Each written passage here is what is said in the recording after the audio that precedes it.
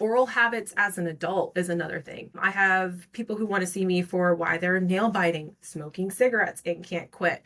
Carbonated drinks. People love their carbonated drinks, but goes back to those thumb suckers of we want feedback of the tongue on the roof of the mouth. So what are we going to do? We're going to try and fill that void with something.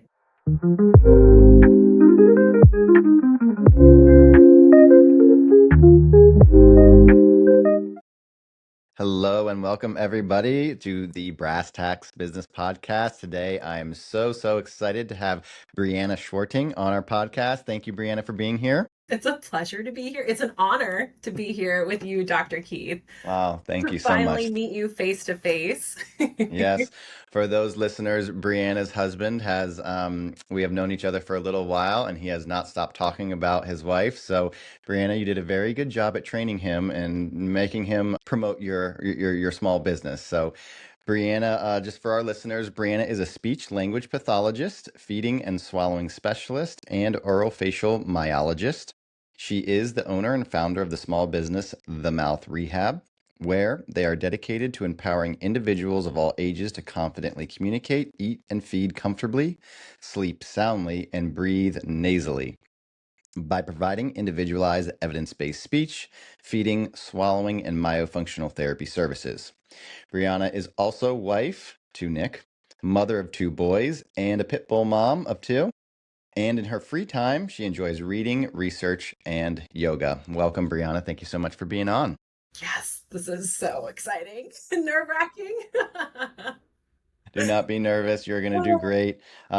Today, I definitely just want to learn more about you, Bryanna. So, Bryanna, tell me how you got into, speech pathology. How did you end up, wanting to go out on your own and start your own small business? I know it can be scary for some. Bryanna, you've been doing it now for a year and obviously you're being successful, but tell us a little bit about yourself, about your background and kind of how you got into speech language pathology.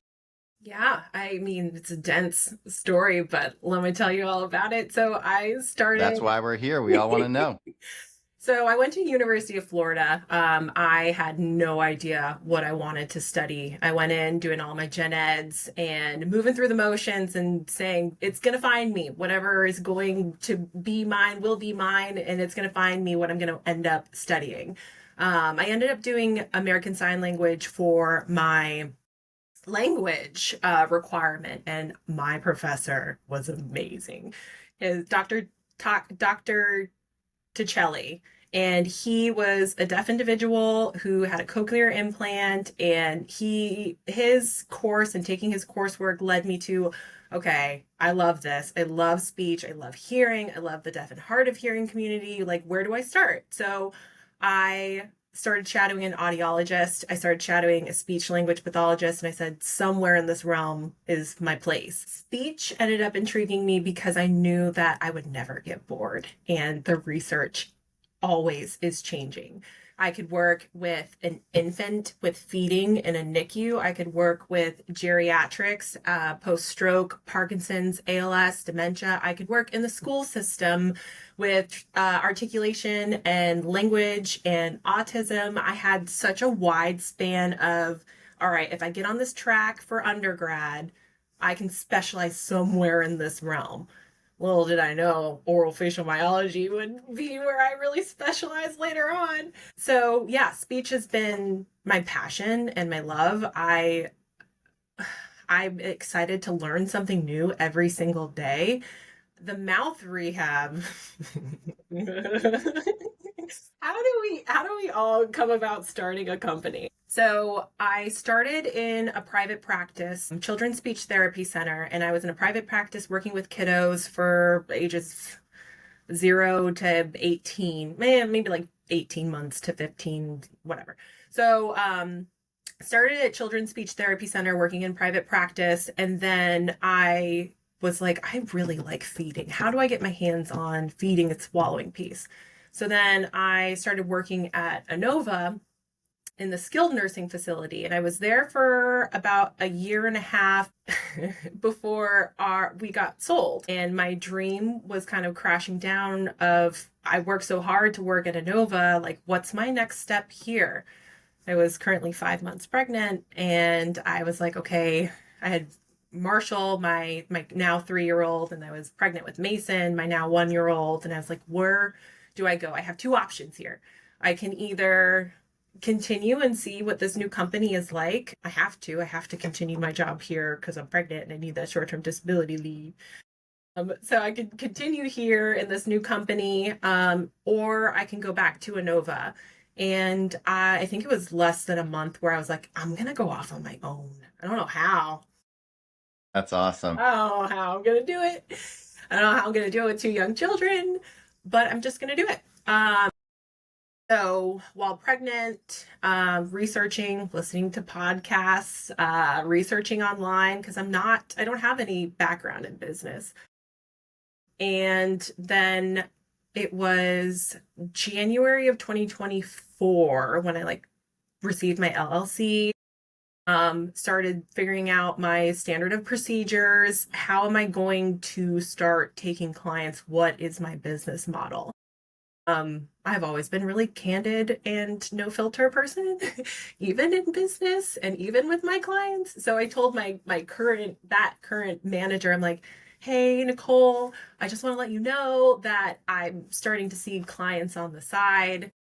I don't know what it's going to turn into, but I'm going to start seeing people privately. And she's like, go for it. That sounds amazing. And I'm like, I can go. So from April of last year was when I took my first client on the side. I was a mobile therapist. I was driving to people's homes, giving them speech, feeding, and myofunctional therapy. It was December of that year that I told Nicole, I said, I'm going to go all in. I'm just 2 feet, let's go. And by the grace of God, February, I had a wait list. I was Awesome. full and had a wait list Unbelievable. within 2 months. The the outreach of Loudoun County and the community of small business owners, and I think that's the reason why. I mean, I can put some kudos on myself and my own work ethic, but I really think it's the network of people that we have here in Loudoun County and the providers too. Awesome. And I'm glad you took that leap of faith and you trusted in God to make this all happen. I want to back up a little bit, because every small business owner and a lot of entrepreneurs that we always have that moment, like you were like, I don't know how it's going to work. I don't know how it's going to do it, but I'm just going to do it because, if what was that like? And was it scary? Did you talk to Nick about it? What kind of was that turning point or that switch that flipped in your brain that you were like, you know what? I don't want to keep working at Inova. I want to go out and do my own thing. What kind of led up to that decision, and how did that form the mission and vision of your current small business, the Mouth Rehab now? Terrifying, absolutely terrifying. To go from having that safety net in the background of I will have a guaranteed paycheck every 2 weeks, I have short-term disability leave if something happens, to okay, I'm just gonna go off on my own and we'll see what comes through the door. But I think it was because I was doing this gradual shift or changing of the guards. It was still scary, but I had my PRN position still in the background. Like if I needed to, then I can just gain more hours at Inova. It's fine. Is what I kept telling myself. But take that leap. Nicholas has been the foundation of everything, because to have your partner say, like, you have all of the tools, Bryanna. Like, the only thing you have to do is believe that you can take the next step forward and the people will come. They're already coming and they're going to continue calling. You don't need to worry about having something to fall back on because they're going to keep calling and asking for evaluations. And fast forward 12 months, now you said you got a 2-month waiting list. So your mindset now versus back then, having all that fear, you said it was absolutely terrifying. And I'm glad Nicholas told you that you've got all the tools you need. It's just a mindset shift. How is your mindset now that with the waiting list you have versus when you were terrified and scared and had that, safety net of, oh, I can always do my PR. Like, would you ever go back to PRN now? No, sorry, No. Nicole, if you see this ever. I would definitely go to help out the other clinician there because and I love my Jerrys. They need us. The geriatric community needs us, especially feeding swallowists with dysphagia and swallowing disorders. I would go in to help because I love that building and I love everybody that works in it, but it wouldn't be something that I would need to go and do right now with my wait list being about 2 months. I didn't tell you, Dr. Keith, I hired my first clinician. Wow. And you've only been in business a year. Right. That's amazing. Yeah, it's crazy. So her name is Carly. She's officially onboarded. She is a virtual clinician. I interviewed so many people. I think 6 people before I said, all right, I'm going to go for Carly because she has that myo lens. It's so important to look at these kiddos and adults and see, okay, what's happening with the musculature, the shape of our mouth, and how is that impacting speech sounds. So she has that lens that kind of deepens why people are seeking out my services, besides going to somebody who accepts insurance versus me who's private pay. And Bryanna, tell me,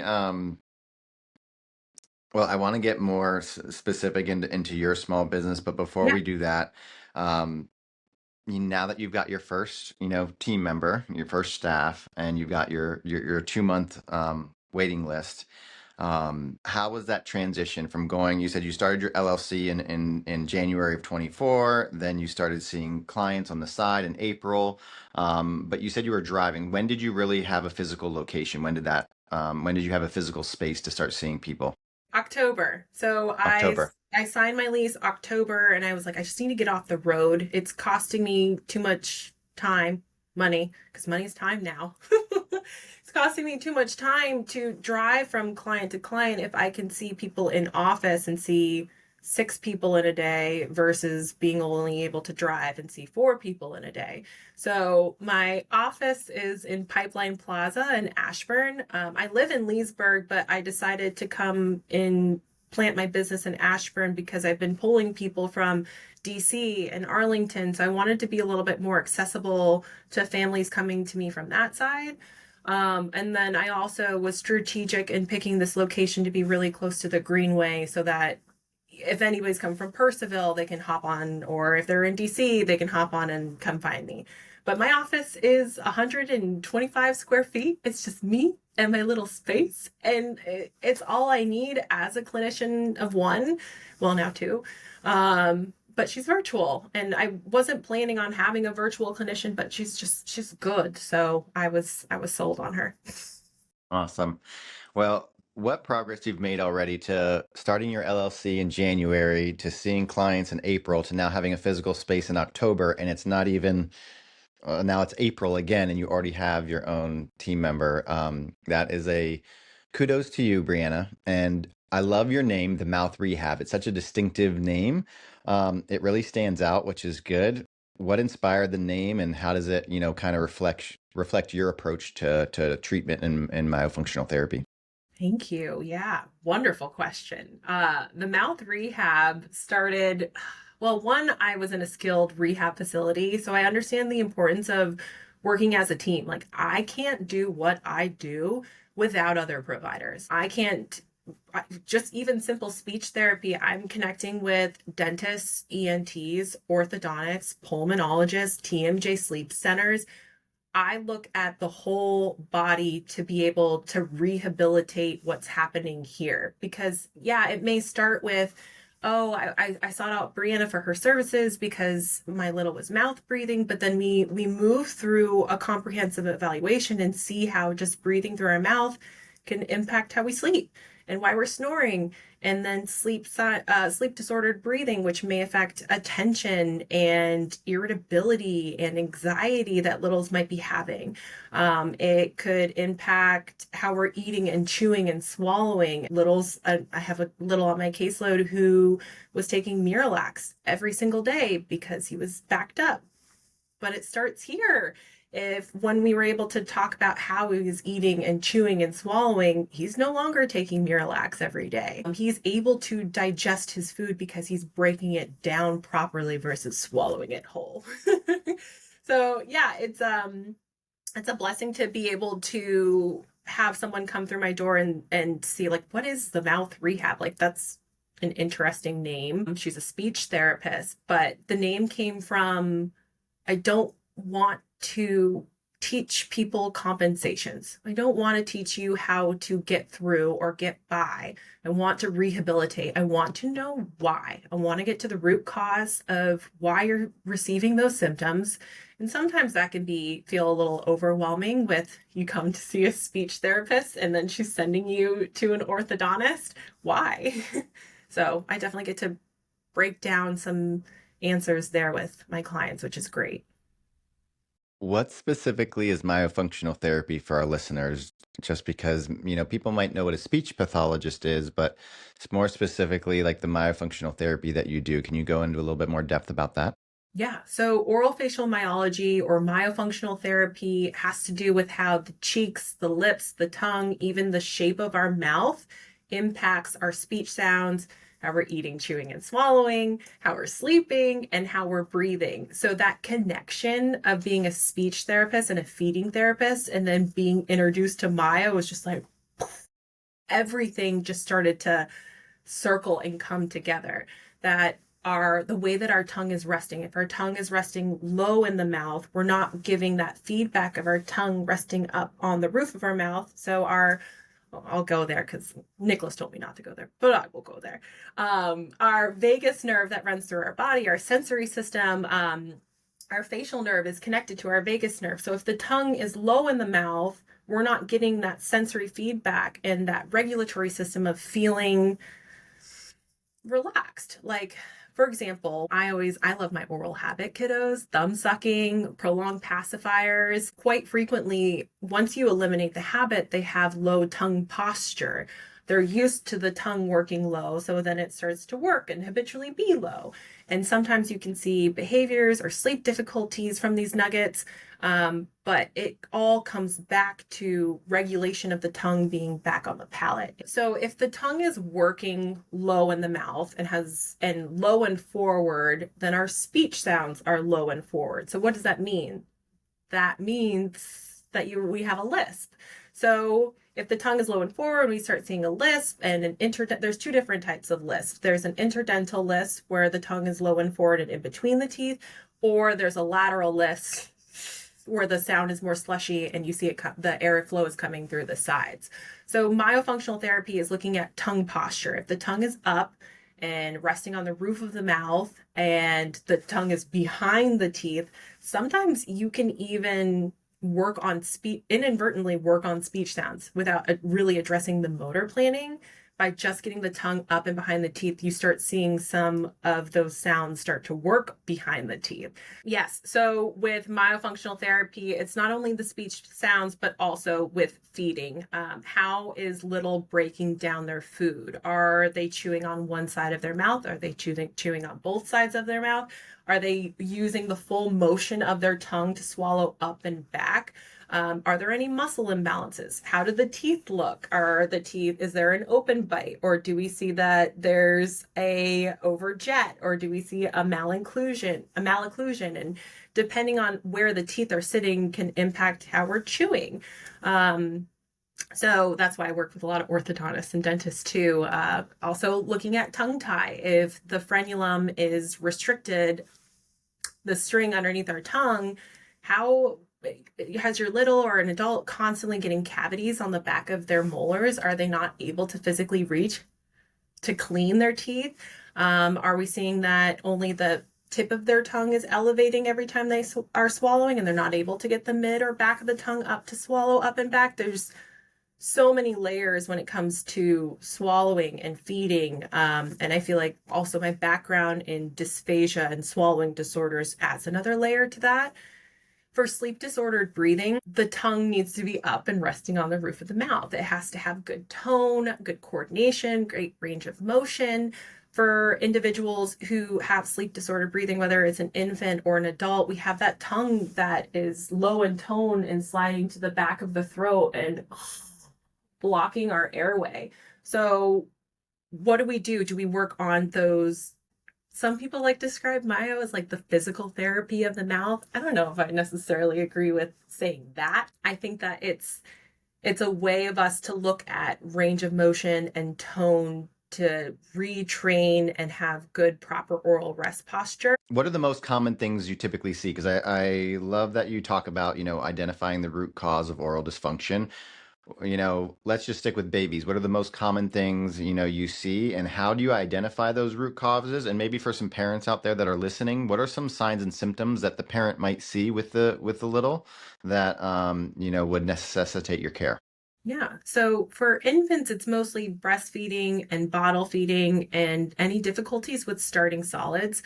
When it comes to breastfeeding as a feeding therapist, I'm looking at oral motor dysfunction. How do the muscles look of the cheeks and the lips during a latch? How is the tongue moving while are we getting that full peristalsis or are we hearing a lot of clicking at the breast?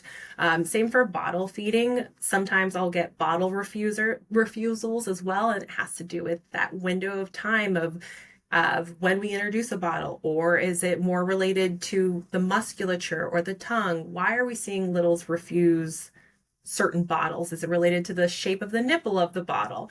So yeah, another space within feeding therapy that I kind of dive deep into for breastfeeding and bottle feeding littles. And then for starting solids, I definitely get a lot of moms and dads that feel hesitant to start with starting solids. It can be scary because gagging is normal. It's normal for you to start feeding your little and they're like, ah.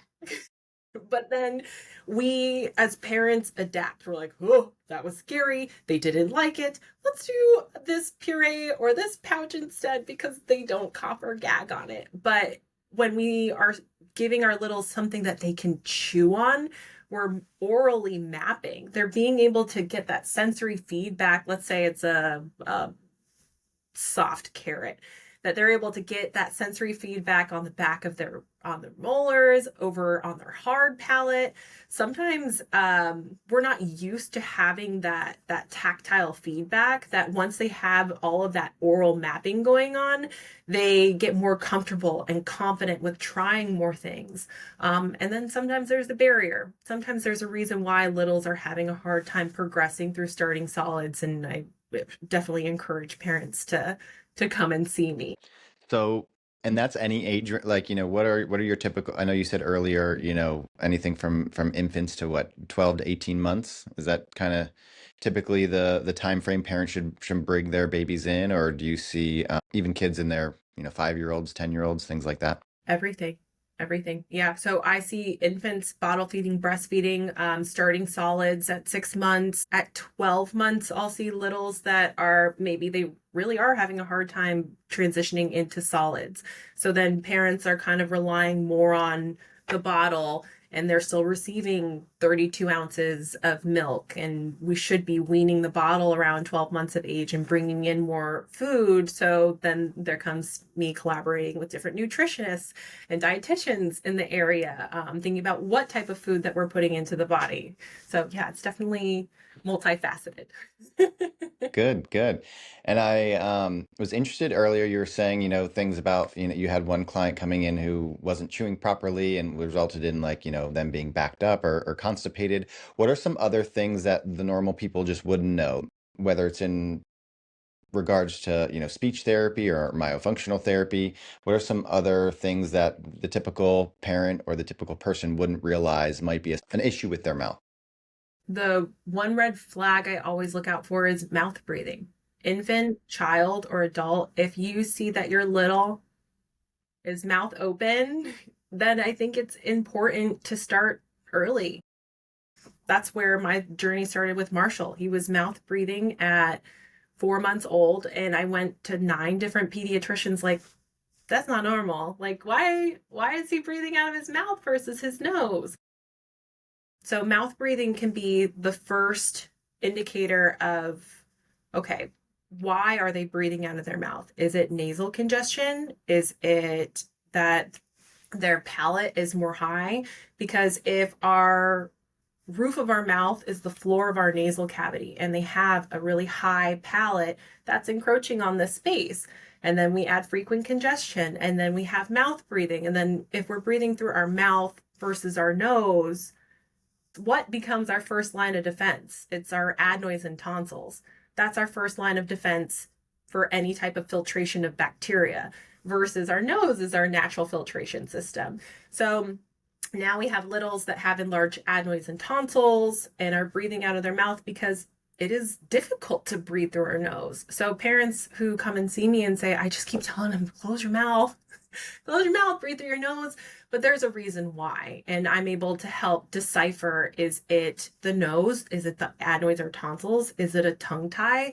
Is it just habitual? It's a habit that formed. Maybe an infant just had lots of congestion. It was COVID not too long. Well, 5 years ago. And let's say there was just a lot of nasal congestion. It became a habit of breathing out of our mouth. And it just became cyclical. And now large adenoids and tonsils, littles now getting ear tubes or frequent ear infections because every time that we swallow, it helps clear our eustachian tubes. If we have an improper infunctional or an improper swallow, then sometimes you can see littles that have frequent ear infections and go down that path too.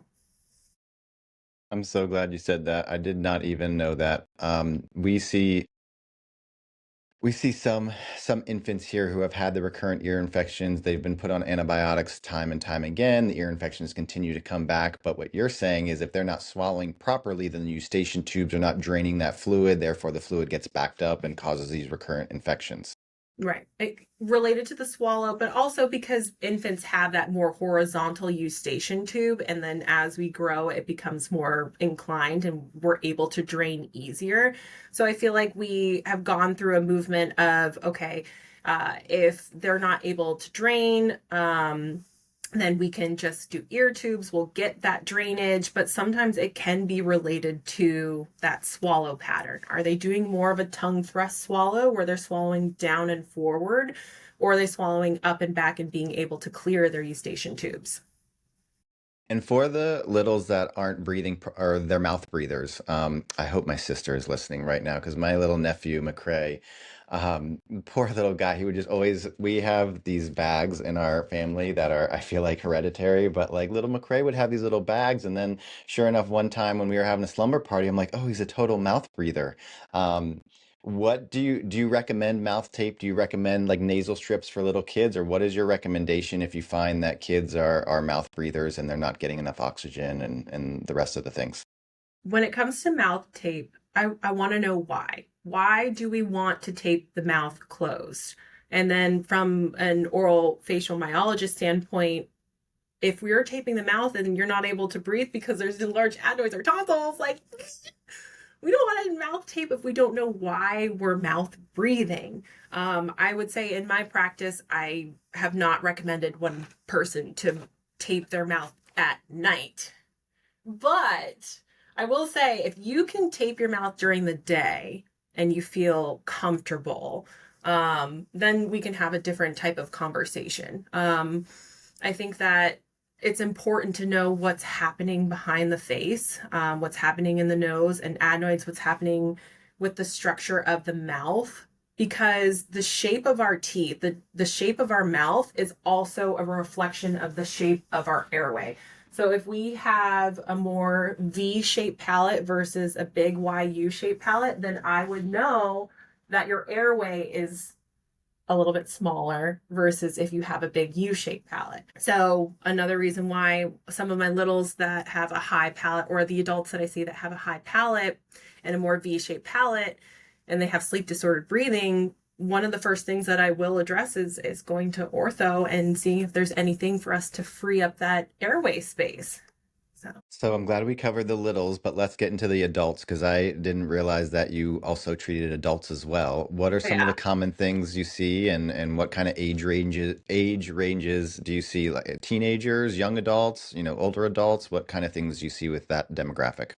I see teenagers. I see teenagers that are going off right before they go to college. They want to know why. Why have I been in braces 3 times? Why have my braces stayed on for 3 years, where my friend was able to get her braces off. And what it is if the tongue is constantly low, or if there's a different swallow pattern, muscle is going to move bone, and you know that very well. So if the tongue, what moves teeth? It's continuous, gentle pressure. So with braces, it's not, what is that pressure? Like, I don't know, 9 grams. Don't quote me on that one. But it's continuous, gentle pressure. And what is the tongue? The tongue is continuous, gentle pressure. So those littles that have, or those teenagers that have their tongue resting low, you might see that there's more of an open bite because their tongue is constantly sitting low on their teeth. So with whether it's teenagers that are frequently going through orthodontic relapse, or if it's an adult that has TMJD, temporal mandibular joint dysfunction, it can be imbalances of the muscles, or imbalances of the joint, or imbalances of the teeth that's causing pain or popping or clicking or discomfort. I also see adults that are looking to get off of their CPAP.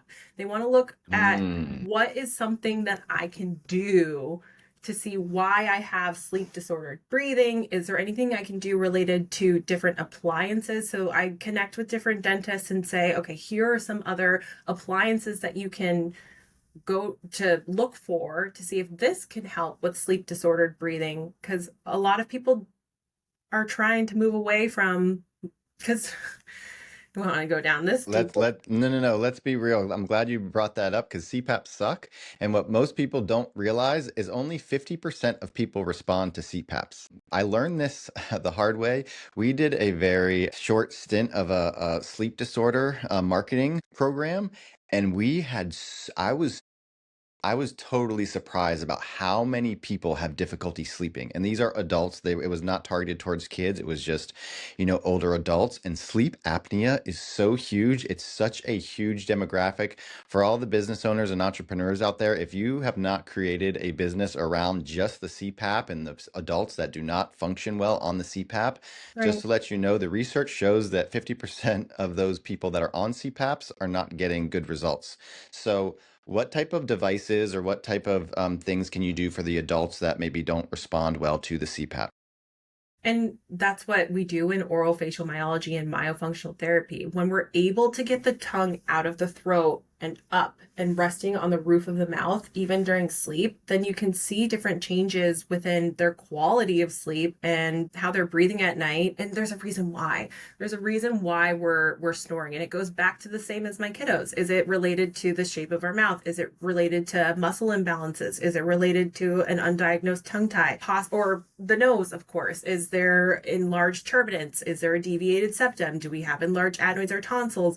I feel like I am the detective of the face, and I find out why we are snoring, why we are breathing out of our mouth, and give you a clear pathway, maybe not clear, maybe a little muddy, a muddy pathway of which way forward, of this is why we need to address ortho first, or possibly we're seeing signs and symptoms of TMJD, or we're seeing you have a really small palate and a high and narrow airway. So this might be why it's difficult to breathe at night. But then again, that's another barrier, is how do we get more space as an adult? The sutures, the roof of our mouth has already fused. The adults that you see, do you feel like they have these structures in their mouth, whether it's their palate or their tongue? Do you feel like that's just always been there, and when they were kids, they just never had any signs or symptoms, but now that they're adults and possibly have other, factors playing a role, that now they're like, oh, now I'm having trouble sleeping, or now I have sleep apnea, or X, Y, or Z, and they've just had these things have existed the entire time, but then when they become adults, it just manifests more. I think possibly it was always present. There's a Okay. possibility that it was always present. Or maybe they developed an allergy later in life. If you had a cat or a dog allergy or who knows, but if that caused a lot of congestion in the nose, and so we started that habitual cycle, and now we're breathing out of our Yeah. mouth more, and now we're snoring. Snoring is not normal. You are not supposed to snore. These poor wives out there and husbands, because women snore as well. It's not just the men. But I Mhm. almost think people think snoring is normal and they're just like, oh, I'm going to put him in the other room. You guys, snoring is not normal. Yeah. And we have to think about how that affects cardiovascularly as well. If you are receiving less oxygen at night, how does that impact your mood during the day? How does that affect your energy during the day? How does that affect yeah, there's a lot of different. If we were to go down the other side of Myo, we could definitely go into the other side of Myo, which I love to talk about too. And oral habits as an adult is another thing. I have people who want to see me for why they're nail biting, smoking cigarettes, and can't quit. Carbonated drinks, people love their carbonated drinks. But goes back to those thumb suckers of we want feedback of the tongue on the roof of the mouth. So what are we going to do? We're going to try and fill that void with something. Tell me, hold on, because I drink way too much seltzered water. Why, tell me what am I doing wrong and why do I need to stop drinking seltzered water? You don't need to stop drinking seltzer water. I'm just saying that sometimes there's a reason why we have different habits. If your tongue is resting up on the roof of your mouth, then no, it's not related to your carbonated drinks. But for some people who love their Diet Coke and you also see that they breathe out of their mouth habitually, that might be something that they're just trying to get that sensory feedback on the roof of their mouth. Got it. Which is Okay. why Myo, seeing a professional versus just taping your mouth, or seeing a professional versus trying to just wrap your fingers and like put that gunk on your kiddo's nails to say like, we're going to cut the habit finally. To see someone who can say, wait, it's because they can't breathe out of their nose, can really change the trajectory of dropping an oral habit. I think I want to talk to you next about back to the business side since you've seen so much growth and we did a good job talking about the adults that need your services and the kids that need your services. Now you've got a virtual person. How can, if somebody is reaching out to you, Bryanna, you know, what can we do virtually with your virtual provider versus what can we do in person that, people can come to you for both? That's a great question. So now that I have Carly, she works with kiddos 6 years old to adulthood, anywhere into adulthood. Like she has experience with individuals who have had double jaw surgery and now working on myofunctional therapy before they're in braces another time. Or she's working with adults with sleep apnea, or if she's working with children who are diagnosed with a tongue tie and they want to have the pre and post therapy before they have a tongue tie release. And what that looks like is training our littles to be able to have their tongue rest up on the roof of their mouth, to go through the really intricate exercises of let's move the tongue up and down and left and right and range of motion before we give you more range of motion with the release, and then follow up with more of those functional tasks after. Carly focuses on oral facial myology, fluency, speech sounds, not a lot of language, but I would say the meat and potatoes is speech and myofunctional therapy. And that is anything from a kiddo 6 years or older with thumb sucking or finger sucking or biting their nails, to mouth breathing littles, to kiddos with a tongue thrust. Sometimes we have that label of, oh, he's just a picky eater. There's a reason why our little is a picky eater, whether it's related to the oral motor. Are they able to break down and chew their food? Is there a barrier there? And now they're starting to avoid certain food groups because it's easier to eat these things. Or is there a sensory component? Do you notice that your little is like, whoa, the smell, the taste, the texture of that is overwhelming, and then avoid certain food groups there? So yeah, she's 6 years and older. And then with having Carly on board, I'm trying to really hone down on my wait list because I feel bad making people wait. I hate making people wait. So I would say the meat of my wait list right now are those parents like myself that see the signs of an orofacial myofunctional disorder. They see mouth breathing, they see picky eating, they see sleep disordered breathing, and they want to know why. Although traditional myofunctional therapy isn't appropriate until someone is the age of 5, 4-ish 5. I'd say like a late 4, but 5. But under the age of 5, myofunctional therapy is to be done with a feeding therapist, myo-informed feeding therapy. So that's what I'm trying to get down on. 0 to 4 is slowly what my model is starting to shift towards so I can help our community. That is great. Well, obviously there's a need. If you've got a 2-month waiting list, kudos because people are in need of your services, Bryanna. So keep up the good work. What's one thing you could tell parents, if they do think their child has, a breathing issue or an eating issue or a mouth issue, what are some of the things that, you know, or maybe what's the biggest misconception, that you see with parents and the little kids bringing them in? The biggest misconception is watch and wait. Hmm. That advice, I get goosebumps right now just hearing it, is we'll watch and wait. We'll see what happens. And I think that advice sometimes is appropriate because the face is growing so much and language is developing and speech sounds are coming. But I say check and see. Go, if you see dysfunction, find that person that if your little is mouth breathing or you're seeing picky eating or you see signs of sleep disordered breathing, if your teenager has been in orthodontics for years, or if your husband is snoring next to you at night and you're moving to the other bedroom, let's address it. We can check and see what's going on and put you in the right provider's hands to see how we can find the root cause of the oral dysfunction. And who are some of the providers you refer out to? So if you can't help them with your, specific skills, who are a lot of the referrals you send your clients to?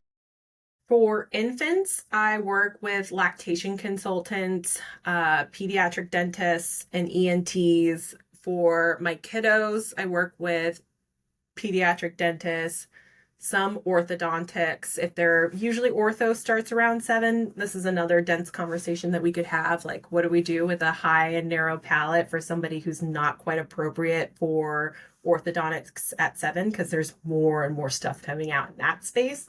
We can go down that wormhole if you want to. And then with adults for referrals, it could be ortho, dentist, ENT, pulmonologist, massage.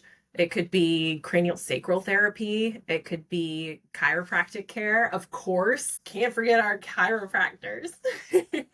Yeah, I work with pediatric chiropractors too, with infants and children. And then who else? Oh my gosh, my referral list is dense there too, because I want to put you in the right hands for your child or for yourself, because I also do specialize who I refer to based on who's in front of me.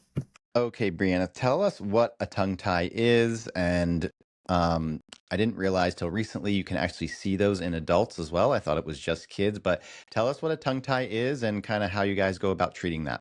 Yeah, of course. So it's so funny because we think about tongue ties and we think about babies and we think about breastfeeding, but why don't we think about children and adults with tongue ties?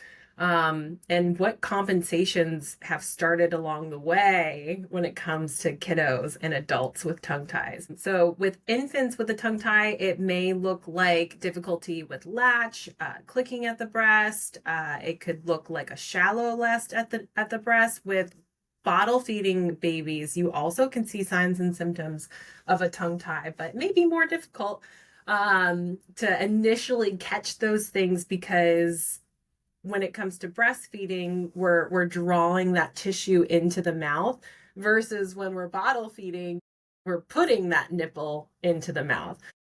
There I am, going on my tangents again. So tongue ties. With children, we're looking at not only what the tongue looks like, what the string underneath the mouth looks like, we're also looking at how functionally is the tongue moving. We're also looking at what symptoms is the kiddo experiencing. So we all have string underneath our mouth, a frenulum, but no matter where it is, if it's towards the tip or if it's a posterior tie, we want to know, how is the tongue able to move? How are we able to clean our teeth?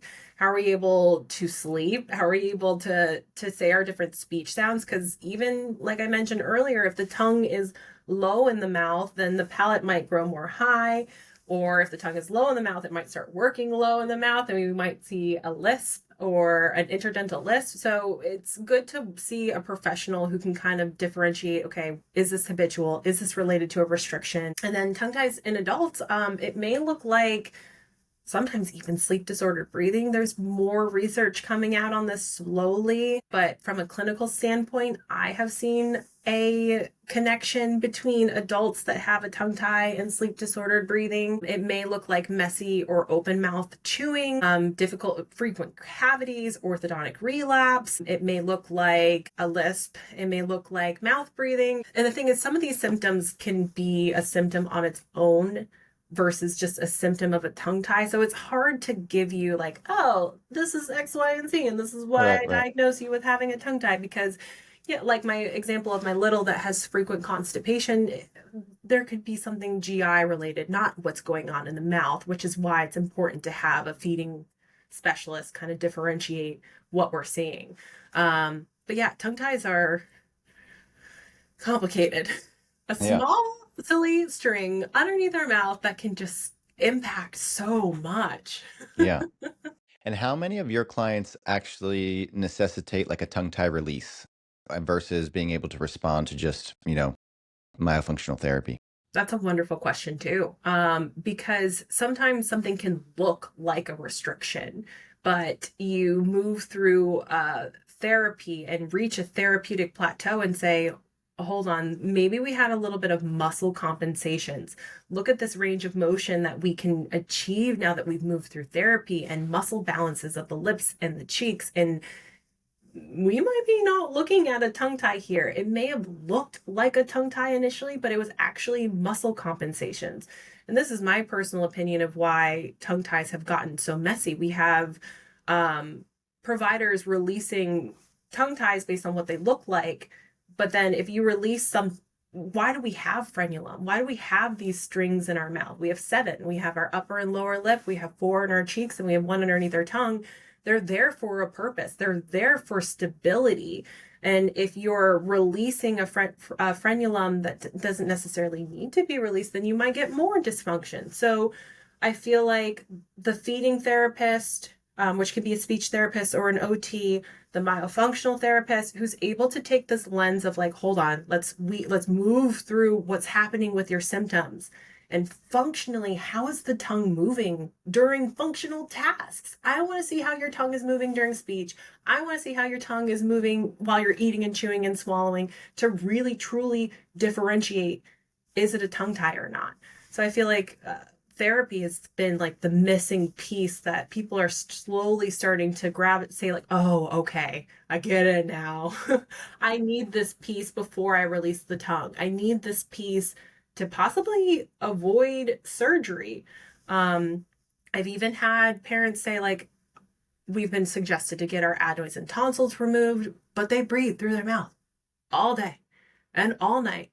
If I can have him breathe through their nose instead of their mouth, can we approach the therapeutic part first and then see if we hit a therapeutic plateau or hit a wall, and then we'll do surgery? So I wouldn't say that I'm a very holistic, crunchy person, but I do believe in there's steps that we can take before we move to surgery. And yeah, let's see if we can hit a therapeutic plateau and say, yeah, this is the barrier. Or hold on, we've met all of our goals.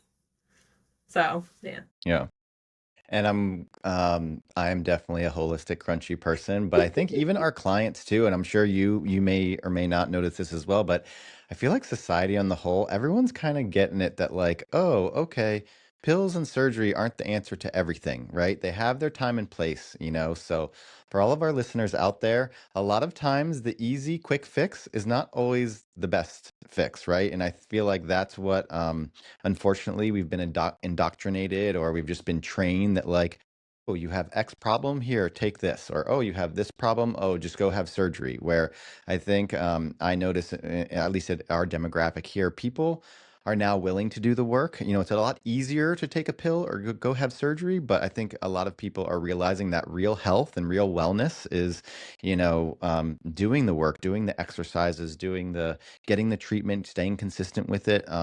Do you notice the same kind of with your clients, with your business? 100%. Yeah. 100%. Because we're not only looking at imbalances of muscles in the cheeks and the lips and the tongue, it's impacting the entire body. So if we're able to go through therapy, yeah, you may be able to move through therapy with somebody for 4 to 6 months, and that is a long route. But is it the long route if there's longevity and there's wellness for a lifetime versus, all right, I'm just going to go get the tongue tie release. I'm just going to go get the tonsils and adenoids removed. I'm just going to go get the ear tubes. Which, yes, all of those things are wonderful. And we can use these tools to help us free our airway. But if we know that the reason why things are becoming inflamed or difficulty sleeping is because of X, Y, and Z, if we move through the therapy first, then we might be able to have more longevity and a long-term carryover of progress. So, yeah. Brianna, I love that you're so passionate about what you do. What is the most rewarding part of your job? Oh, that's deep. um, I love people. I love people. I love helping people. I love that my clients become family. I will get spiritual in real quickly, but I believe that we're all God's children, and you're not my child, but I will treat you like my child. And I'm going to do everything that I can to put you on the right path so that you can breathe better, because the base of the foundation is, if we're able to breathe better, then we're able to speak and eat and sleep better.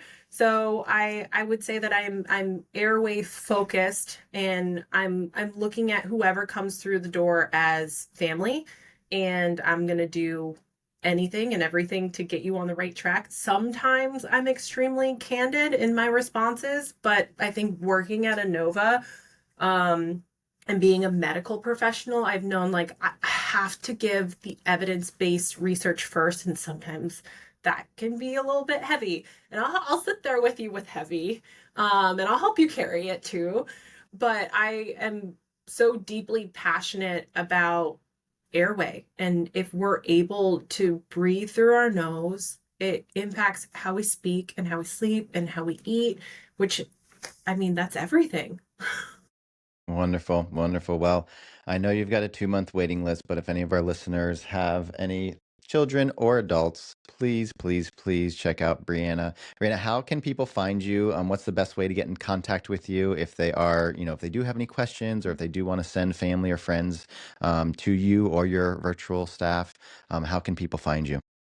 You can find me online. I try and be active on social media. I try really hard because I have met wonderful people, so many great providers. So my Instagram is at themouthRehab.com. My website is themouthRehab.com. Wait, that didn't sound right. So my Instagram is at themouthRehab, and my website is themouthRehab.com. I have a Facebook group. I hate Facebook. I'm a millennial. I'm trying to get back because there's so many wonderful mom groups. And I'm like, I'm here. I want to help. I hate Facebook, but yeah, call Instagram it. I wish Instagram would just make Instagram groups. It's like, you guys own each other. Just make, like, that's the only reason people still use Facebook, is for the groups. hmm So, all But right. just Well, to tell you about my wait lists, although I have a wait list, Carly has availability. So that's a blessing right now. I'm also shifting my business model so that I can see infants immediately. I want to help breastfeeding and bottle feeding moms as soon as possible. So I have no wait list for babies under age of 6 months, like 0 to 4-ish, 5 months.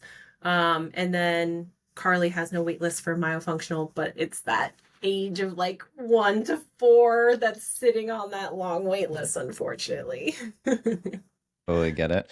Well, do you have any events coming up? Anything? What's in the future for you? I know it's been a year, but time goes by fast, as you know. Do you have anything coming up in the near future that you can tell our listeners about, or any updates or any goals, even just in the next year? What are your next 12-month goals look like, Oh, I Bryanna? don't want to spill all my secrets. Okay. I'm a passionate person, so I'm always creating in the background. So I definitely have something in the works, and I'm praying I'll be able to launch that in the next 6 months to a year. But besides the fun stuff, the passion project, I have a workshop in June.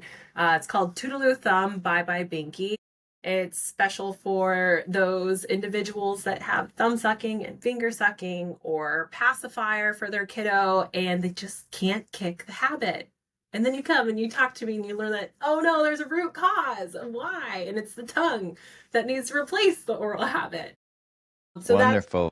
June 16th at the Body Birth and Baby Center. And then I have some other things in the works, but if you follow Instagram, you'll see it all. The Body Birth and Baby Center right here in Leesburg, right? With Yeah, with Caroline. Caroline, and then is anyway, okay, great. I know them. Awesome. So everybody who's listening, please check out Bryanna at the Mouth Rehab, and thank you so much for being on, Bryanna. We really appreciate it. This was so fun and scary. I'm so sweaty right now, Well, but it was well, fun. thanks, thank you for being on, and you did a great job. So thanks so much. Thank you.